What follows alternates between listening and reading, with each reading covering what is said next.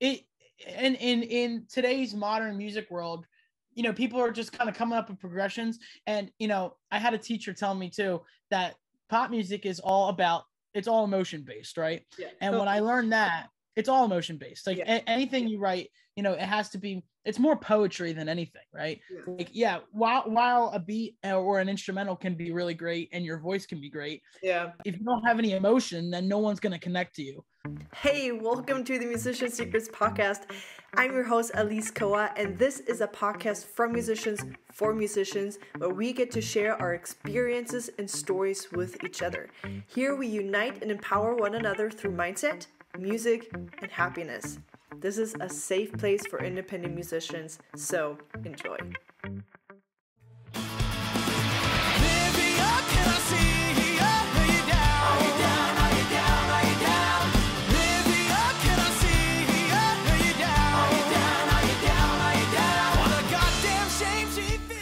Welcome to the Musician Secrets podcast. Today I have singer-songwriter from actually Pennsylvania, right? Yeah. Eddie, welcome. Welcome to the podcast. Thank you for having me. I appreciate it. I'm glad to be here. Yeah. For people that don't know who you are, just kind of explain what got you into music and where you're tuning in from, because you're not actually, even though you're originally from Pennsylvania, right? So I got into music not really at a young age, because I could always sing and stuff, and I would sing for my family, and I never really went through it until high school, when I had a teacher actually that said to me, I think you have a really great solo voice. And I was like, oh, really? And then from there, I kind of just built, like, that teacher instilled that confidence in me.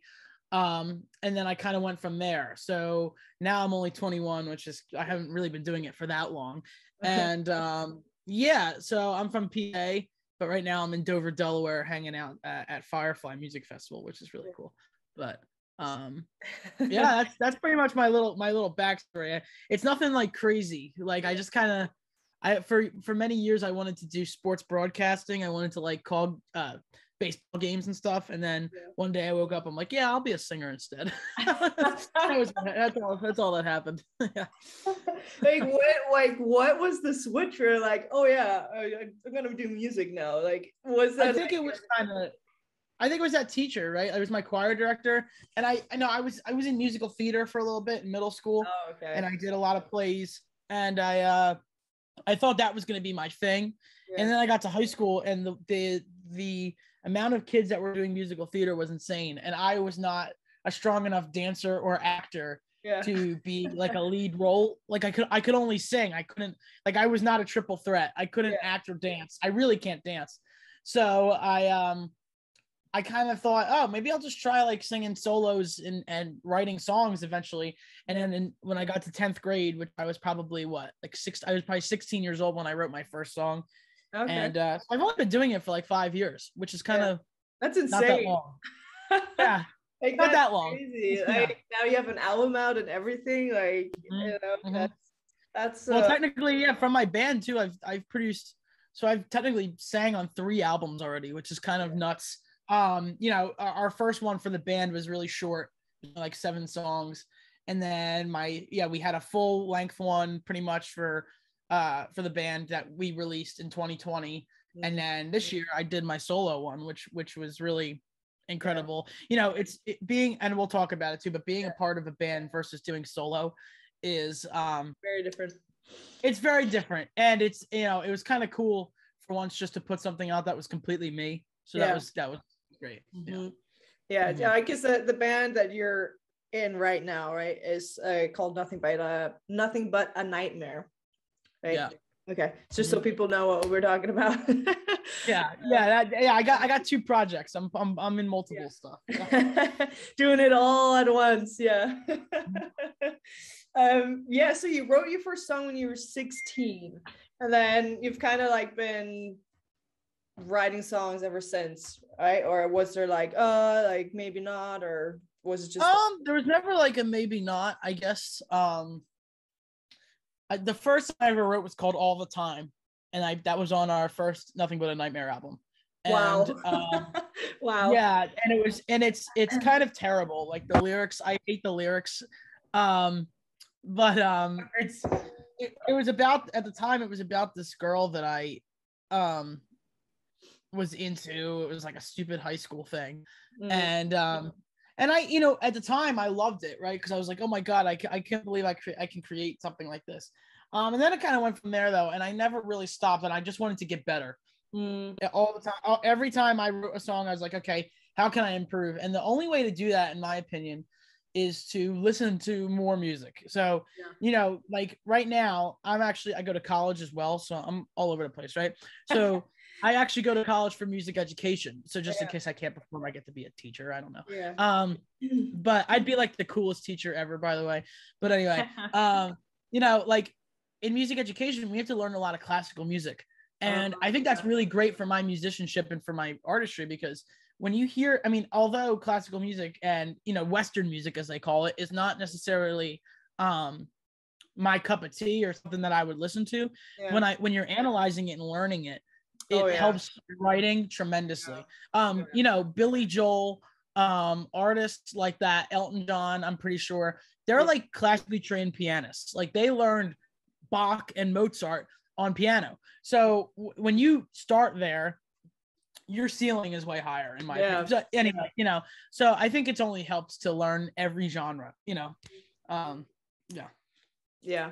No, I totally agree. Like that's what we would do as well, is like when you're like analyzing, like not just like listening to music, but listening to music. It's like taking it apart and kind of being like, okay, like what works, or what is it, like what's the hook, or what's grabbing me, or what's like, what are the instruments doing, like where does the groove feeling that we talk about, where does it come from? Is it the bass? Is it the strumming of the guitar? Is it the beat that the drummer is doing, like where? And then kind of like dissecting it and then using it in your own songs. Actually, like doing covers is just great because you're learning someone else's stuff, and then you kind of, the more you do, the more connections you see, and you're like, oh, okay, this chord progression is really common, or like stuff like that.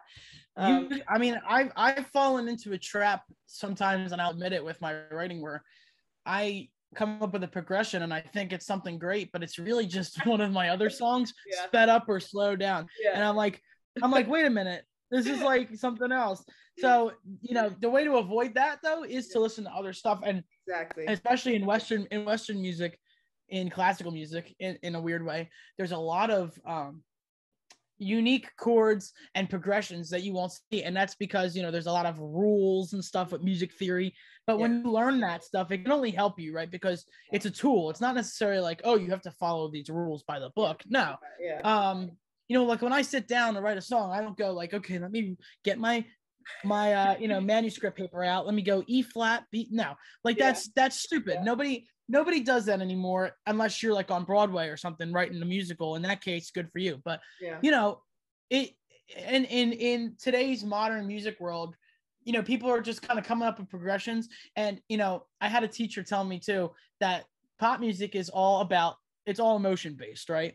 And when I learned that, it's all emotion based. Like anything you write, it has to be, it's more poetry than anything, right? Like, while a beat or an instrumental can be really great and your voice can be great, if you don't have any emotion, then no one's going to connect to you, Exactly. So that's kind of my my whole philosophy, but like I said, taking classical music and Western music in school is oddly good for writing. And I didn't expect it to be that way, but it is, It just, once you open up, I think it helps a lot. Because I was the person where I'm like, oh, I don't need music theory, I don't need all like that stuff, and it worked for like 10 years. And then I actually had time, like, oh, okay, I'm taking this serious now. And then you need theory, because you need to communicate with other musicians, with other band members, with the producer or whatnot.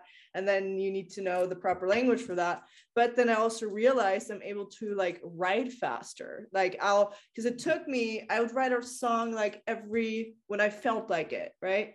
But you don't always have that luxury. Like sometimes you're like, okay, we just sit down, we need to write a song. And that's when I'm like, all right, okay, what emotion do I want to evoke inside of the person? And then be like, okay, what chords or inversions or whatever, you know, emotion that fits that chord, you know, because if I'm writing a ballad, I'm not gonna put like all these crazy like major chords in there, right? There's a time and place for that, but they're just a set rules to get that outcome, right? And I'm not saying it's all music theory, like no, it's still, again, it's all about that emotion. What the heck? Yeah, bothering me now. But you know, it's a balance game. I think you kind of need both. Like the more efficient you want to get and the faster you want to write songs, the more you need to know your stuff. And I think like classical music is, like you said, really good, or jazz music, because that's also like a completely, I have so much respect for jazz musicians, but like just studying their stuff, because they have so good, like they have amazing melodies. Like jazz music, oh my gosh, like their melodies, they get stuck in my head. I'm like, how do they do that? Like, you know, jazz is rooted with, start off with like guys like Louis Armstrong. I think Louis Armstrong was one of the big main jazz guys, and then it kind of built into a whole industry with guys like Sinatra, who's like a legend, and you know, Frank Sinatra is probably one of my favorite singers. And then you know, now today, unfortunately, you only really see Michael Bublé doing it. But in his Christmas albums and stuff. Like you only see that kind of jazz coming out anymore. But you know, you have to appreciate it all in my eyes to write anything. So I look at it from all angles. Totally. And I think if you look at it from all genres, you're going to create your own genre, because if you listen to everything. Yeah, totally. You know, I always think every song that I write has kind of a different genre, and that's okay. Because if it has, you know, you can have a song that appeals to everyone, and that's kind of my thing. I don't want to have just one market. Like if you're a music appreciator, I hope you like my stuff. That's kind of my mind. Yeah. Guilty.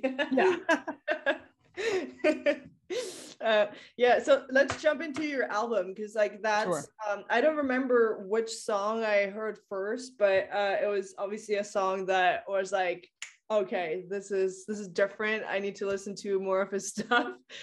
So you titled it Lowly Throne, which I thought was very interesting. And you have 11 tracks on there, if I remember right.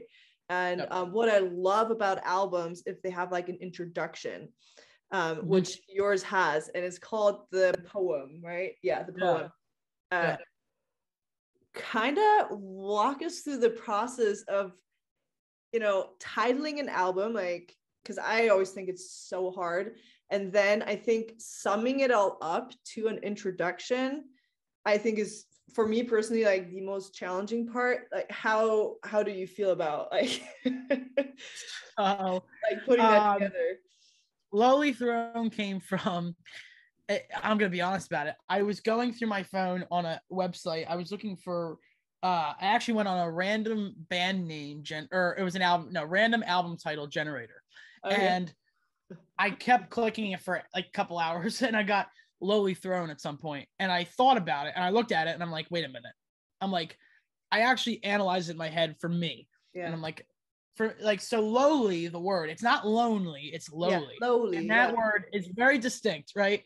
So to me, it means you're very, very low, like literally low at a point of emotion, right? You're super low in your life or whatever. And the throne is a high point, right? Like, because you're the king of the castle. So it's kind of an oxymoron. It's kind of like backwards, right? Lowly throne. And the reason why I picked that is because there's times in my life where I feel like I'm at top of the world, like I'm the king of the castle, whatever, like, you know, and that's okay to feel that way. If you feel confident and slightly cocky, that's okay. Like, at least you're confident. But there's also times where within that, very quickly, where I can get super low, and down on myself, and not very confident. So that's it's a combination. It's a balancing act. So when I wrote the poem, and I did write that poem, it was written by me, but it was read by Mark Moliterno, who is a professor at Westminster Choir College, and his voice is so amazing. His voice is so deep. And when I first met him, I said to him, "You sound like King Midas." Why is it that in life we can experience the highest of highs while simultaneously be at the lowest of lows? Is it our fault? Did we do something wrong? Or is Because like he has like this like, oh, hello everybody. I can't even do his voice. He It's so low. does, yeah. But I said to him, and I came up to him one day, I was like, do you want to read this poem I wrote? And he's like, what? I'm like, yeah, I wrote this poem for my album. I have like an instrumental for it. You just need to read it and we'll edit it in. Yeah. And he's like, yeah. So then I wrote that poem very quickly. Nice. I wrote that in my bed at like, 9 a.m. And it was kind of, it was based off of a lot of the experiences I had during the quarantine period where I, one of the lines in it is, for emotion is not something that can be fixed. It's something we can manage. Yeah. It's something I had to learn. Like I thought to myself, oh, every problem I ever have can go away if I just try hard enough. No. And I learned that that's not possible. So the only way to you have to think about it as something that can be manageable. Yeah. So if it's manageable and you're within a good point where it's not, nothing is ever like perfect and that sounds doom and gloom, but nothing is perfect. But if it could be just right for a little bit, that's all that matters. So that poem that I wrote really taught me that. And then when he read it, it was so powerful. And it was and it was a great opening. And I thought, obviously it ends with him saying the lowly throne, which kind of opens it up. Makes it more dramatic. Yeah, I definitely wanted it to be like a cinematic kind of maybe like a movie trailer type of thing. Yeah, totally. And it worked, and it set the whole thing up, and it's nice and short and sweet. But that was, and that really means a lot to me, even that short poem, because if you just read it for what it is, like just without the music or whatever, it's sums up pretty much the whole theme of the album. So that's kind of what I want to do. Like it fit perfectly. Like like that just sets up the entire album so well. Like because you see the album cover, you see the title, and then you click on it, you click play. And again, we kind of talked about this in the beginning, like I do not press on the shuffle button. There is a reason why these songs are in a order, and we're going to talk about that in just a minute.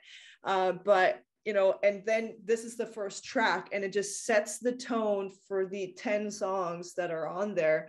And it just, I don't know, I personally, I listened to that first track, I don't know how many times, because like you said, like the voice is so deep and rich, and it just fits. It has that like that cinematic, dramatic kind of like opening to the song, to the album. And it just fits. And like you just said, like everything like is encompassed within. It just sums it up really well. Did you write the poem first and then the tracks, or was it like in the middle, or was it towards the end? Like I did the poem first, and then I kind of sent it over. I had this idea for an instrumental. I knew what I wanted to keep it in the key of the next song, which was Mood Swing. So I said, I want to keep it in this key so it flows well with Mood Swing, and it goes into it very nicely. Oh, that makes so much sense. Yeah. Yeah. So I said I want it to be in B minor. That's the key that Mood Swing's in. And I was like, I want this like huge drum, whatever. So I kind of like mapped it out for, I work with Daniel Jude, who's my producer who mix and masters all the tracks. Him and I work in tandem very much, and I consider him like a bandmate, honestly, because him and I, he helps a lot with what I want to do, and he takes my vision and puts it out pretty much. So I'll send him this quick demo of like what I want, and he kind of just sent me that instrumental, and I was like, great, let's go. So then I sent the poem to Mark, he read it, then it kind of got back, and that was it. That was definitely obviously like the easiest thing to do. That was the easiest track. We did it in like 2 days. I was like, wow. It was done. Wow. That was good. Yeah.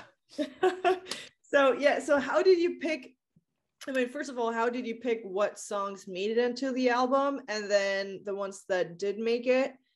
How do you choose the order? Because you said like before in our personal conversation, you said that you are like very, and I think everyone should be very particular in the way the orders go of the songs before we jump into them like individually. Yeah. So in terms of ones like how they made it, there's a couple on there that were going to be nothing but a nightmare songs, and they didn't fit what we were going to do for the last album we did for that project, which was called Kleptomania. So it didn't fit that mold. So Mood Swing, Untethered, I've Got Faith in You. I think those are the only those three songs I had for the band. They didn't make it, so I recorded them for myself because I came up with those ideas. So like the band, I kind of brought those to the table and they just didn't go through. So I kept them for my, I had them because I wrote them first. So I did, yeah, right. Like thank God, like no one else like hopped on that, right? But so I had so Mood Swing, Untethered, I've Got Faith in You. Those were there. And then everyone kind of came after that, right? So in terms of order, Mood Swing had to be first. Because it kind of sets the table for emotion, right? We're talking about emotion in Lowly Throne, so having a literal mood swing is like part of it. And I wanted to set the tone with that one. That chorus and that one is very punchy, so I was like, okay, let's go with that. So then, I went down the list. Olivia was second, only because that one was the most played when I put it out. It kind of got me started. So as a solo artist, so I was like, okay, that's got to go there. Then I went Freak on Fire because of the energy. Had to build the energy. Carmen Electra was kind of a slight step down in energy, but it was still there. And I like to go there. It's an energy wave. So like we hit Freak on Fire, you're at the top and you're kind of moving, like you kind of slowly moving down. So then Carmen, and we had Earfuls after that, which Earful of Madness is a fun one that I did, right? So then you get to Penniless, which is slow and sweet. Very slow song, And then I kind of kept it so in the same key as that was I've Got Faith in You, so I went right into that, so it kind of went into each other. And then I did Polaroid, which Polaroid could have went in multiple places, right? So like I could have put it in a couple spots. And I thought about that, and I was like, oh, where am I going to put it? And that's probably one of my favorites that I did actually, and I ended up putting it towards the bottom. And honestly, there was no reasoning other than I just put it there. And then I closed it out with Untethered, which is another one of my favorites. It's beautiful and slow, and then I end with the Pinnacle. And that's because we start with the poem, we end with the Pinnacle. That's kind of like that was what I wanted to do. Always come up to the pinnacle, always mess up. Never cynical, I won't be waiting, no hating, just on my way up to the top. I've been working too hard, am I good for nothing? It's got me going crazy. Everyone's been staring, comparing, calculating all I do. I gotta take for a long time, and the Pinnacle is one of those songs too. And I could dive into that one. That kind of it's been one of my more popular ones, and it's very just upbeat, and it's kind of a good way to stay positive, because we kind of start not in a negative light, but we start with the fact that we need to manage emotions, right? The Pinnacle is like the high point. So I definitely want to take that last for that reason. But like I think it also sounds very different. I think like because like everything is like very like alternative pop. Right? Is that and then the last 2 to 3 songs, it kind of feels like it's going like genre wise, it's like in a slightly different. So it's kind of like taking you. It feels like it's almost taking you in like a own little new journey on its own, which I totally like. I love the Pinnacle. Like it's because it's just so different, so lighthearted. So when you finish the album, I love that song is last because like you finish on this lighthearted, good message that is just very different than all the other tracks that you hear before, right? So I thought it was a really cool contrast. I think with the Pinnacle too, I wanted to do not like I listen to gospel music or anything, but like I've been very into these gospel harmonies, and for me being in a choir background too, I like choir harmonies and I like gospel choirs. So we kind of made our own gospel choir, right? So those vocals in that song, those backup vocals are me. It's me, Daniel Jude, his girlfriend Lexi, his fiance, I should say, Lexi. And then it's a couple other, I'm trying to think who else we had. We might have had 2 or 3 other people on it. And so we kind of just had like 5 people make a big choir. and it was really amazing. And always climb up to the pinnacle, always what's up, never cynical. I won't be waiting, no hating, just on my way up to the top. Yeah, and when I heard it for the first time, like when it came back, when like after we recorded it all, I was like, oh my god, it was like a wall of that, and I was like, that's what I wanted. Perfect. So yeah, and then we had and of course my friend Lindsay Dunn, who sang the bridge on that.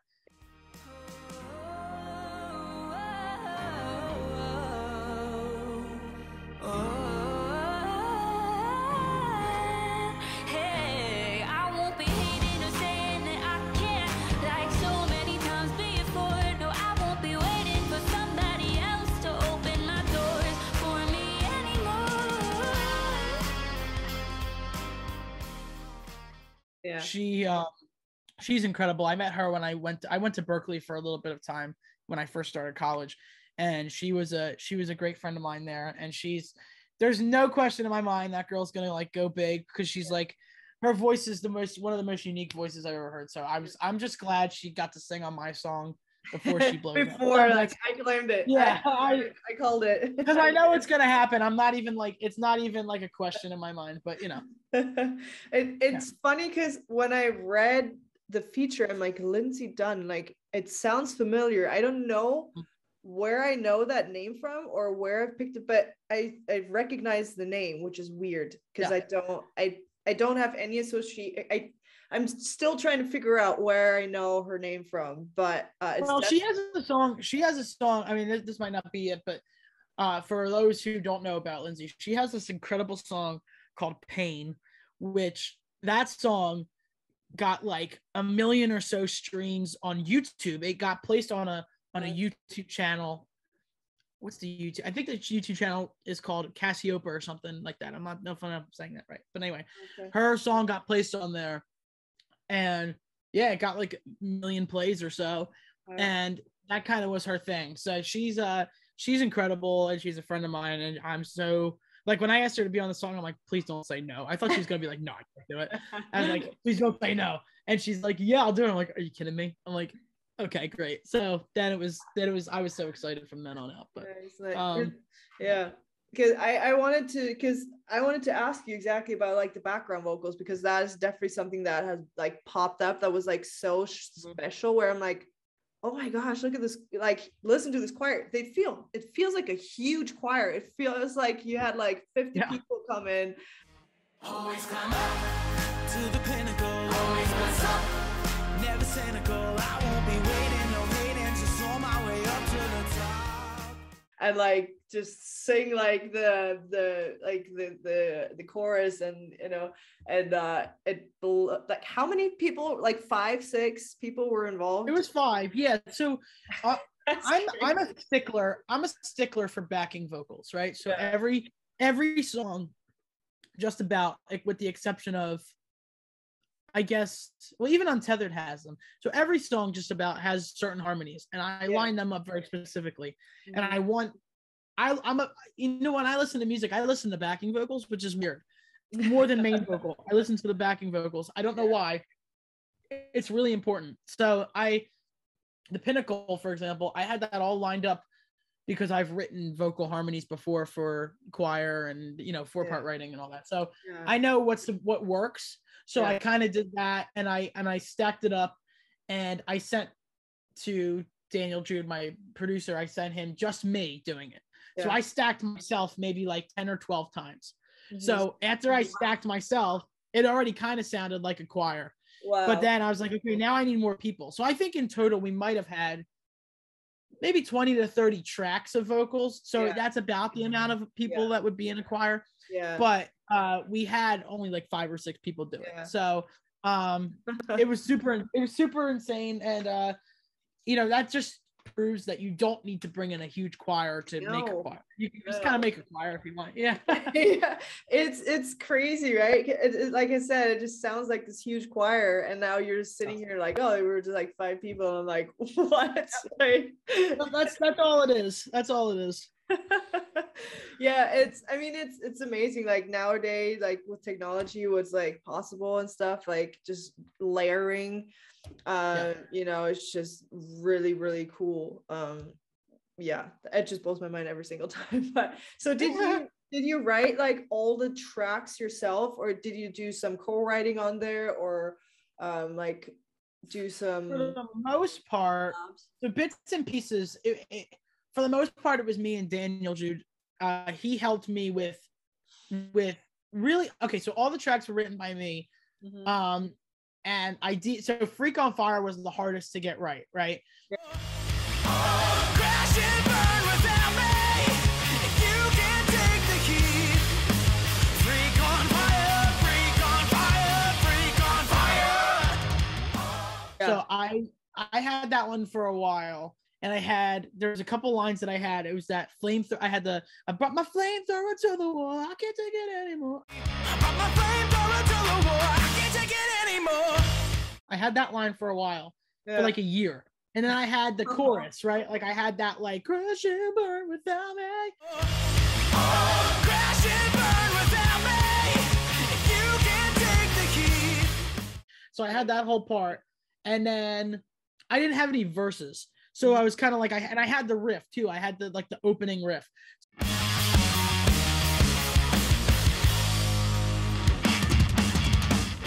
So I was like, I have bits and pieces, and what he does a lot of the time is he helps me fill in the pieces that are missing. So, and he's great at it. So like, I'll be like, I need a verse.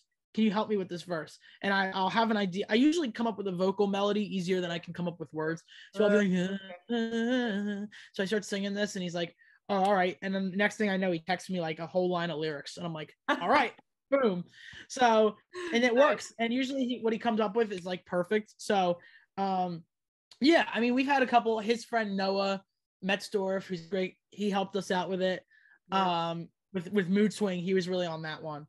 But yeah, other than that, it's mostly just the two of us, back and forth. And he lives in Florida, and I live in Pennsylvania. So it's all technology. I'll be like, yo, I'm gonna send you this. He's like, all right, and I email to him. I'll be like, yo, I'm gonna send you this. It's all email. Gmail is my biggest tool. Yeah. I just email everything. But yeah. That's our thing. So it's all my ideas and my coming up with, but it's him that really helps me fill those gaps. And I do think you need that kind of person no matter what, right? So that's like good to people have. that say that, the people that claim that Ed Sheeran goes up into a tree house and writes by himself, that's not right. I don't think that's even correct. He has people that help him too, right? Yeah. And there's nothing to be ashamed in that. Like, yeah, co-writers are great because it only improve what you're doing. So I love working with Daniel Jude. He's my buddy. And yeah, I'm sure whatever we do next, I have some stuff in the works. I'm sure he'll be on it too. So we're, him and I work very well together. So that's always good. That's good to have like that person. I think it's, I don't know. I think when you're writing songs like on your own, you're kind of like in your zone. And when you're co-writing with someone, I think it just kind of helps you to approach it from a different direction or see it from a different angle, or, it just. Well, yeah, because he'll say to me, there's been multiple times. I'm trying to think of a part. That's a great example. Okay. So for Carmen Electra, that song. Let's take this upstairs, she said, but I just said no. Girl, I wanna meet ya, but I wouldn't wanna keep ya. It's so hard to believe ya. You're always full of hysteria.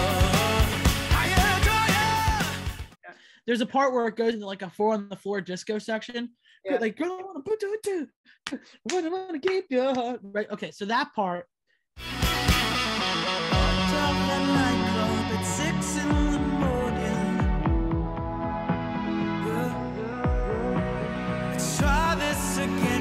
I just said no. Yeah. Girl, I wanna meet ya, but I wanna keep ya. So hard to believe ya. You're always full of hysteria. It wasn't gonna be in it. I didn't have it like that. And I just wanted to do 2 choruses and out. Like I was just gonna kind of do that. And he goes, what if we did like a disco section? And I'm like, what do you mean? He's like, what if we did this like 4 on the floor thing and it sounds like a like we were listening to Dua Lipa. He's like, what if we did like a Dua Lipa disco section? Yeah. And I was like, yo. And he sent me an idea of what it would sound like. And I was like, let's do that. So, and he had the guitar going back and forth. And if he didn't tell me that, I probably wouldn't have had it in there. So yeah, it's, that was good. Yeah. Nice. So what does like your writing process usually look like? Do you just, obviously you say sometimes you have like bits and pieces and you have like someone fill it in, or do you just sometimes write an entire song? Obviously every song is different, but we do have like a certain routine that we have, more or less. And what does that look for you? So I'll use Carmen Electra as an example then, since we were talking about it.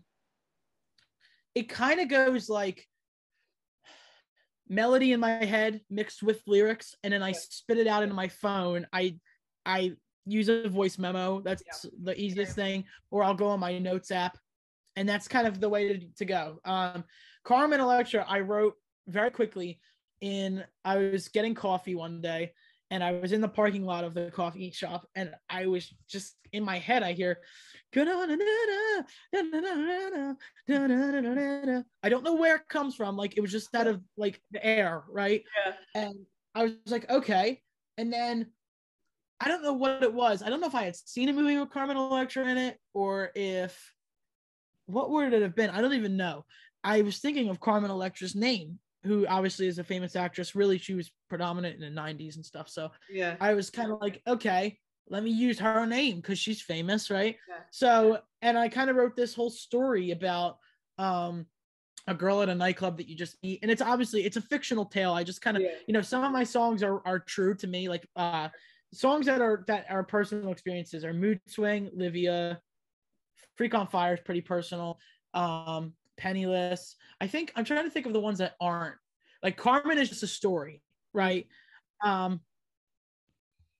And so is Untethered. And I can go, So Carmen and Untethered are kind of like the two that I wrote that are story based, that are fictional.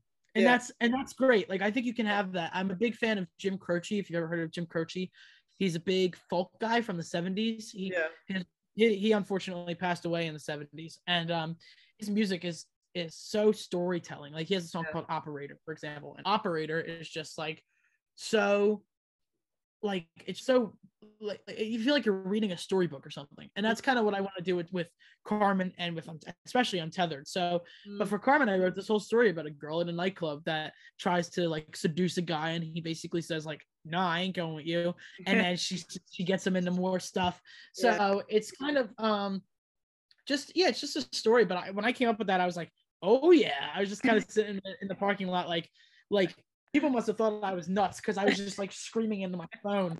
And so that was kind of that was the story of that one. But it either comes really quickly or it takes a year. Like Freak on Fire took me over a year to get right, but that's okay. Whenever it happens, it's supposed to happen. So don't, if you're a songwriter out there, do not get mad if you can't like figure it out right away, because if it just let it sit in your phone for a while, and then eventually you'll get it right.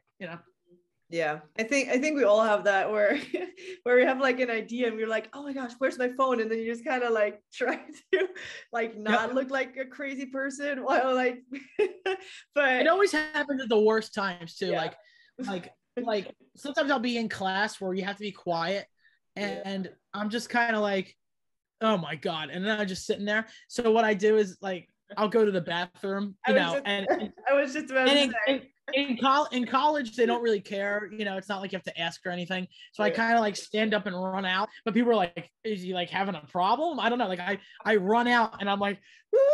I start singing into my phone.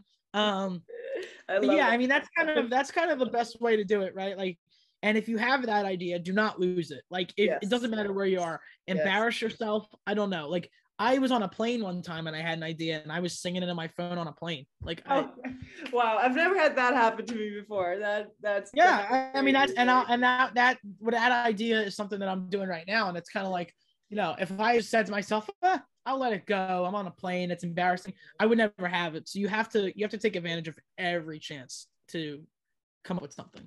Yeah, 100%. Like if I know, if I just kind of shrug it off and like, I'll remember later.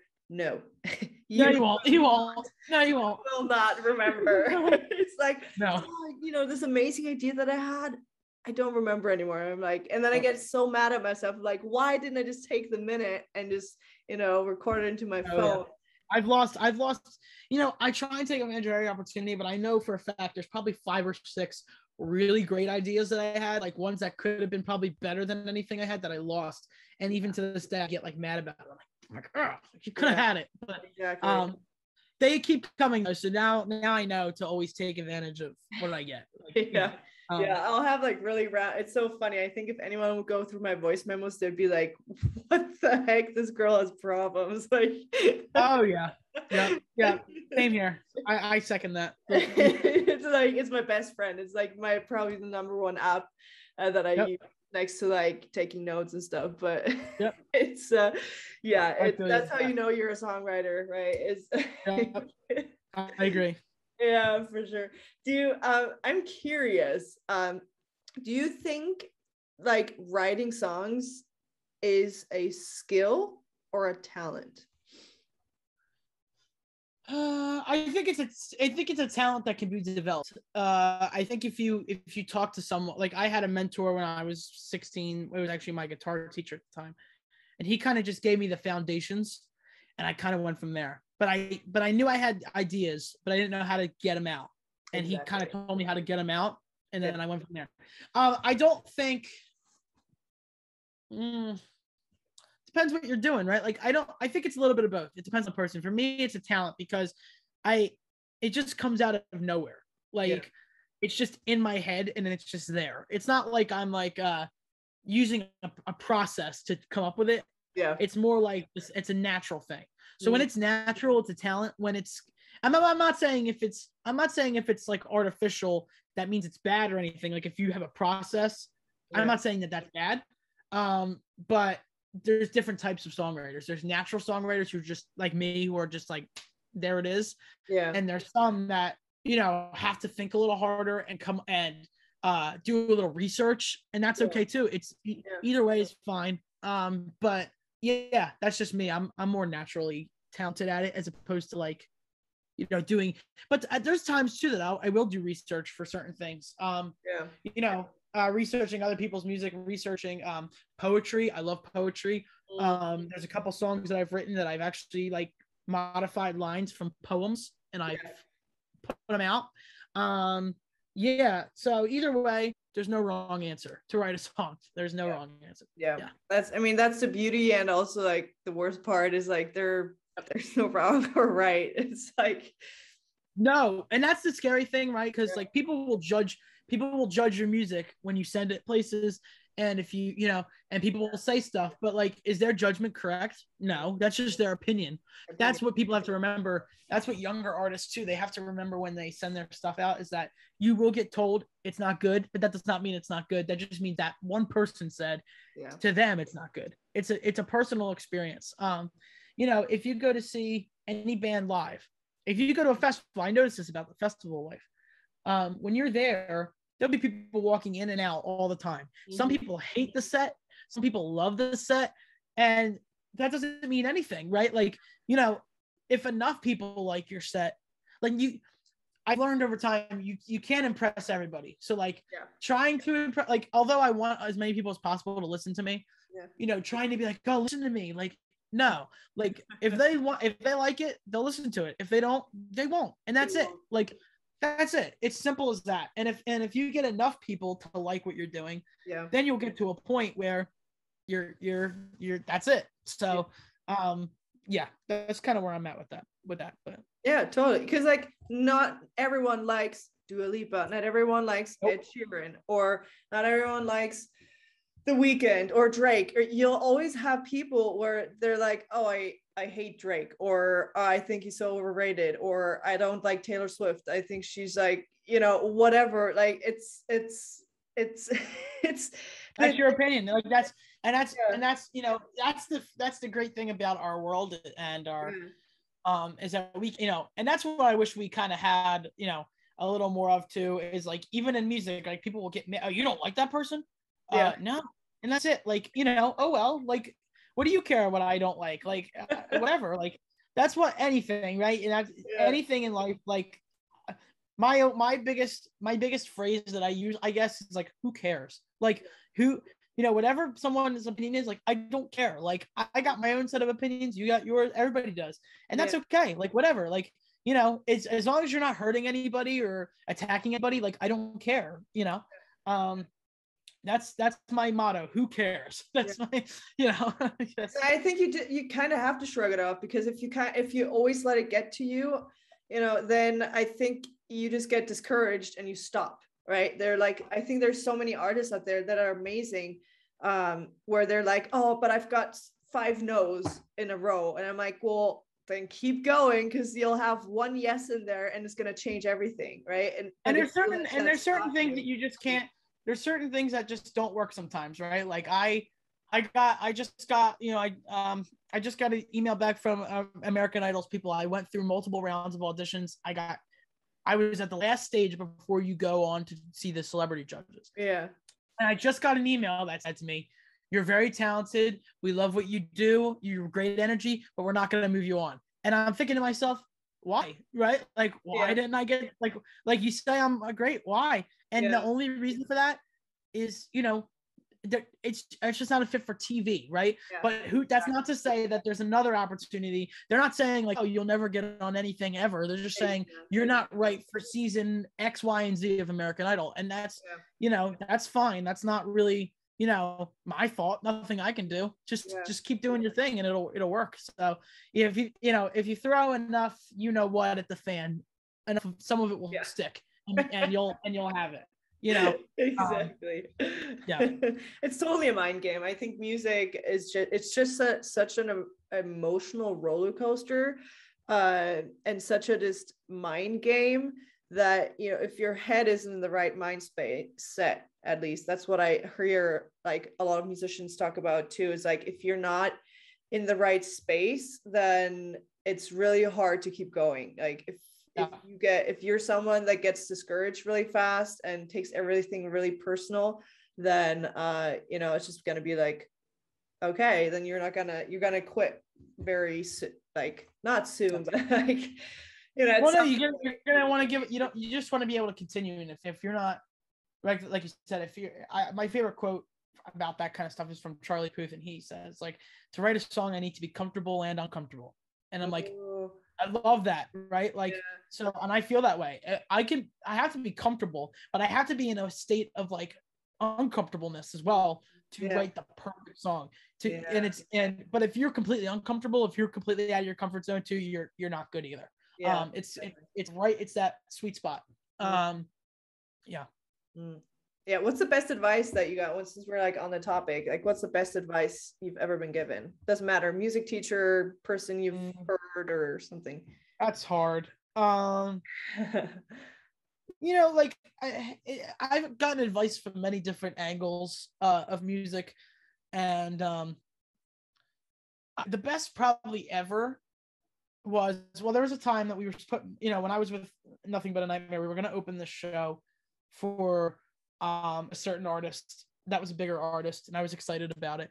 And she ended up canceling because she was going to do a movie, and I was upset. I was so upset that we couldn't open. And I was like, and I said to my music teacher I was in high school at the time.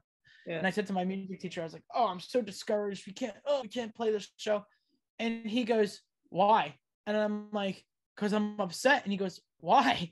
And I'm like, because my opportunity. He's like, no. He goes, keep doing your thing, and I promise you, very soon another opportunity will open, another door will open. Because if you got that, you can get another thing. Yeah. So about a week later, I swear to God, I got a call from a radio station in Delaware here in Wilmington, and they said, "Hey, do you guys want to open for Andy Grammer?" And I said, "What?" And I'm Andy like, Grammer. Yeah. So I said, what? And he's like, yeah. I'm like at this festival, you want to open for Andy Grammer? You could do this date. And I'm like, yeah, don't even say no more. I will call my guys who were there. So I called everybody. It was such an opportunity. And yeah, we got to open for him about 2 years ago now. And I met him, and he's probably like the nicest guy in music, in my opinion. Like, he's really the kindest. Like, what you see of him is what you get in real life. So when you meet him, he's so kind, and he came up to me before we went on. He like grabs my shoulders, and he's like, "Have so much fun out there today." He's like, "Have so much fun," and he was like excited for us. So because we were a bunch of like young at the time, we were a bunch of high school kids, like didn't know what we were doing.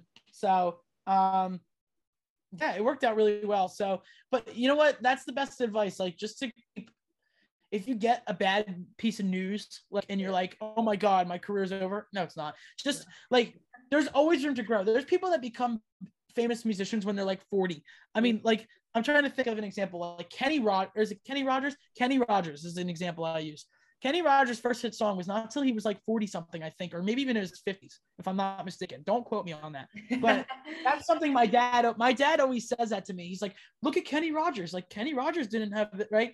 And I'm like, true, like, right. So whenever you get down on yourself, especially if you're in my age group, if you're between the ages of like 15 and 23 and you get discouraged, like, do not, because you have so much time ahead of you. Most of the big artists you see, like Billie Eilish is one of those rare cases, and Olivia Rodrigo, those girls are like 19, 18 years old. Yeah. And that's an extreme case. That does not happen. Yeah. They're 1 in a million, them too. So maybe 1 in 7 billion. I mean, they're in an extreme number. But yeah, you know what? Just don't, like, it sounds so cliche. Do not give up on yourself. Like, and I've had that. There's been multiple times where I'm like, oh, should I just like do this, or should I just like, no? And no, like, just keep trying, because you'll meet people very quickly. Like, one day can change your whole thing around. Like, there can be a day where there's nothing, and then the next day you get some crazy email because someone listened to your song and your life changed. That's it. I mean, it's not. It takes no time. You know what the crazy thing is about that too is all those no's that you've been getting, funny enough, prepare you for that yes. Like, I don't know, from my own experiences, it's like as many times as I've been said no, all those no's and all that, like, this is canceled and this didn't go as planned and this didn't happen and blah blah blah blah, all of that, you grow, and it sets you up for that one yes that changes either a lot or in the direction you need to go. For nothing but a nightmare, we were supposed to play like 30 shows the summer of 2020. It was like a lot. It was 30 or 40 shows. And we were supposed to open for a band called Cherry Pools that I was really excited to see. And because I know I've seen them a couple times, I know them. So to open for them was going to be awesome, right? Yeah. And then obviously the virus hit, and then we were kind of like shut down. So everything was canceled. No, I don't think we had one show that went through. And that was it. And I was so discouraged, and it built up to one thing and led to the next. And now I do the solo thing, and that's given me a lot of happiness. So, it builds up. Like, I think I've had the most shows, although they've been acoustic and kind of lower fied shows. I've had more shows in 2021 than I have in any year. I play almost every weekend now, which is kind of, which is crazy. I didn't even have that before. So, in a way, it built back up, and eventually it's going to get to a point where it's going to explode again. For sure. Yeah. It's coming. People are like eager. They're ready for it. They're like, we want. I see people at Firefly when they open I'm sure this happens every year, but just, my girlfriend and I were the first there yesterday. We were one of the first people there. We were at the gate. They open these gates, and people just like sprinting into the place, like running as fast. I've never, like, some people like don't even look like they have the capacity to run. Like, there's like people in like their 50s and 60s running, and I'm like, are you kidding me? They're like outrunning you.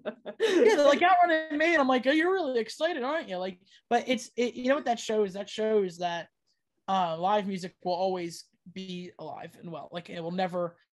I mean, at least in our lifetimes, it'll never die. It'll never. I don't know. It's so special, and although I hated doing virtual shows. Yeah, I hate it. Like, no one can say they like recording a video and playing live. Like, that's not live. Yeah. But people love those too. Like, it's kind of, you can't go wrong, but you know what, just kind of pushing at it and not giving up is the key. and you will, you will succeed. That's my biggest piece of advice. Everyone, you could succeed in your own right, and it's how much you put into it is what you're gonna get out of it. But yeah. Ooh, that's really good advice. The amount that you put in is what you get out. So yeah, for sure. Yeah. What's one skill, if you could go to bed tonight and you could wake up with this one skill and do it perfectly, which one would it be? I want to be able to like shred guitar solos like Brian May. That's like my skill. Like I could play guitar. I could play chords. I can play simple riffs. Yeah. Like, and I could make myself look like a decent guitar player if I tried. Yeah. Because like, you know what I mean? Like I always say to people like, what do you play? I'm like, I'm a singer that can like BS play like 7 instruments. Like I can make myself look like I can play drums and bass and piano and everything. Like bass is probably my second strongest instrument, so that's good.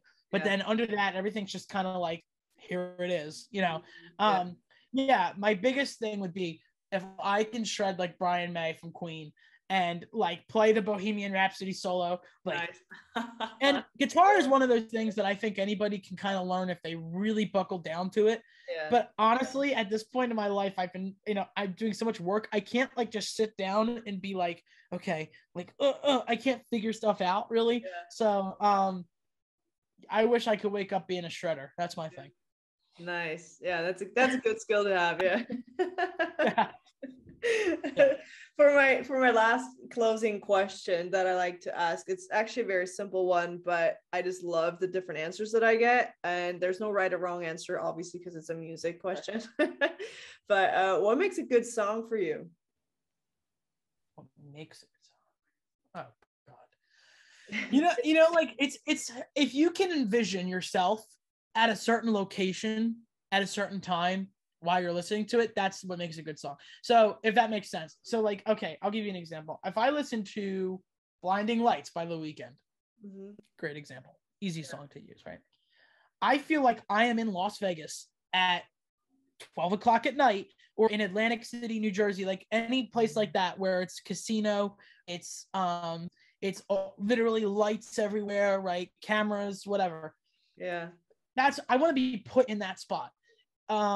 If I listen to a song that I think off of my album that really does that is Mood Swing, right? Because we talked about California, talking about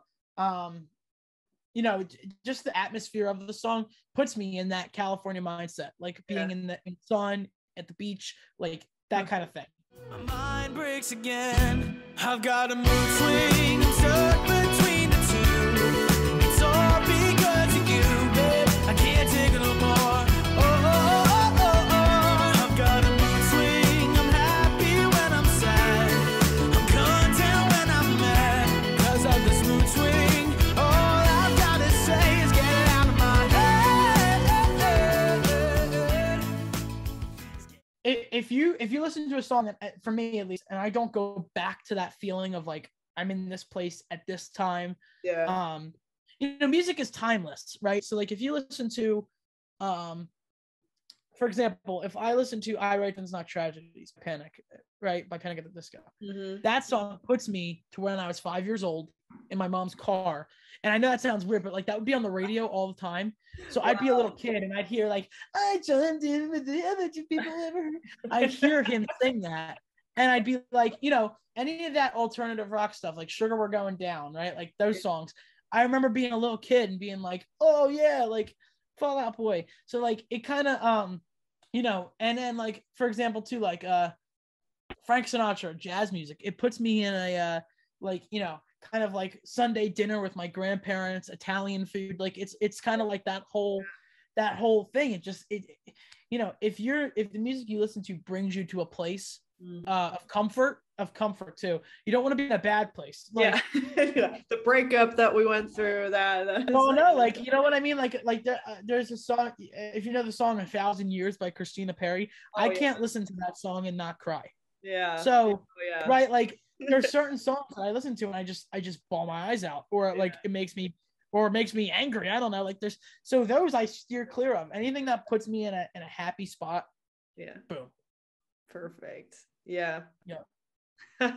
That's really cool. Yeah, thank you so much for like being on here and like, you know, donating such a big chunk of your time, especially in the morning because it's like morning time for you. Yeah.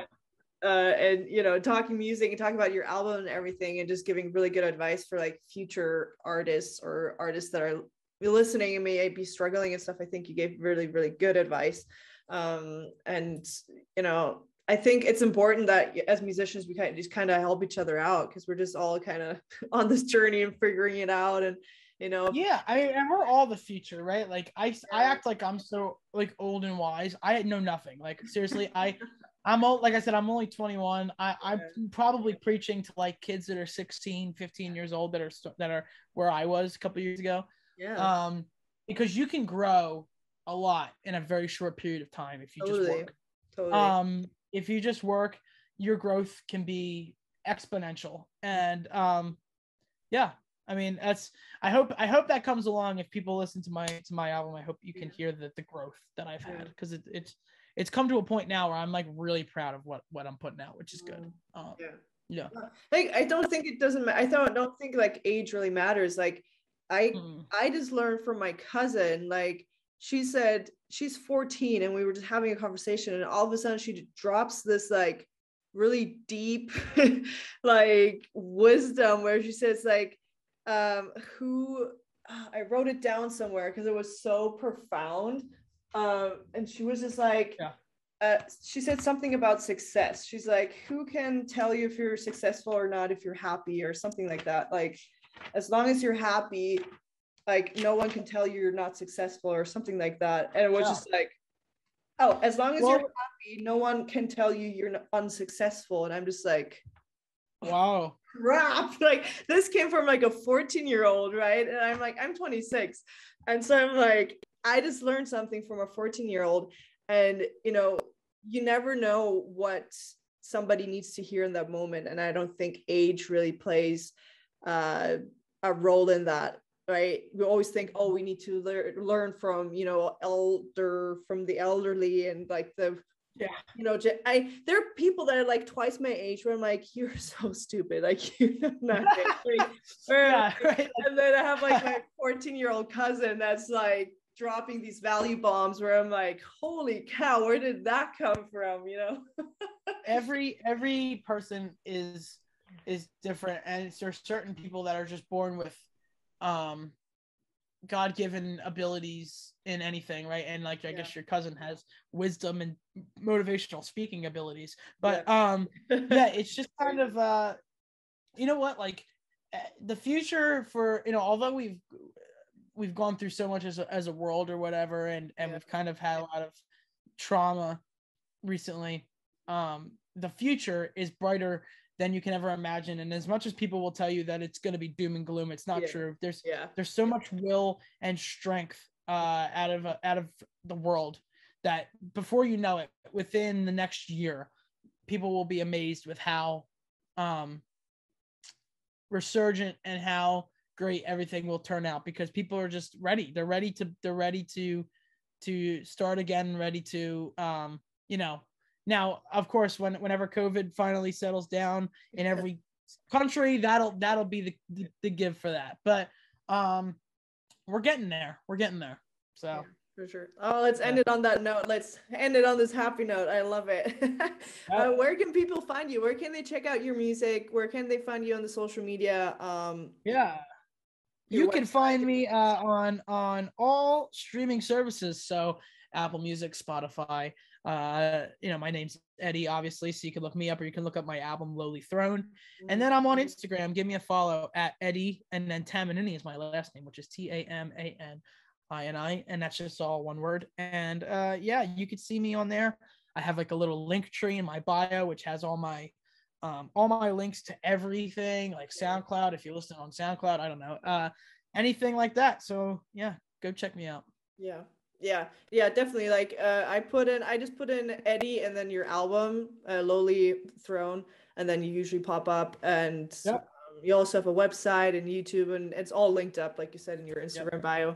So I definitely didn't have any trouble finding that. But I'm glad I hear that. Yeah. So, and my website, by the way, everyone is eddieofficial.com. So that's where you can find all my stuff there too. So there's no shortage of me on the internet. So yes, perfect.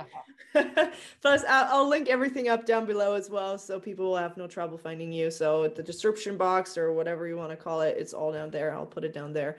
Yeah, I just want to thank you for like putting out music regardless of what people are saying and just pushing through and being you and giving advice and helping other musicians as well on the way that are just figuring it out. And so thank you. I just want to appreciate it. Appreciate the album, appreciate you, appreciate everything you're doing. So thank you. Really, thank you. Thank you for listening to it. Of course, I appreciate it. Yeah. You made it easy for me. Yeah. Thank you so much for listening to the Musician Secrets podcast. I appreciate your time because you could literally be doing a bazillion other things right now, but you're here with me, so thank you. If you want, you can scroll all the way to the bottom and leave a comment on how you're liking the podcast, what you've learned, and things you've even implemented that have helped you out. As a little thank you, I put together a free members area with all my best resources, books, podcasts, and online courses about everything you need to know as an independent musician, from producing to songwriting to marketing to building a home studio, all the good stuff. All you have to do is either click the link below or go to alisekoa.com/free. I'll see you on the other side. Bye!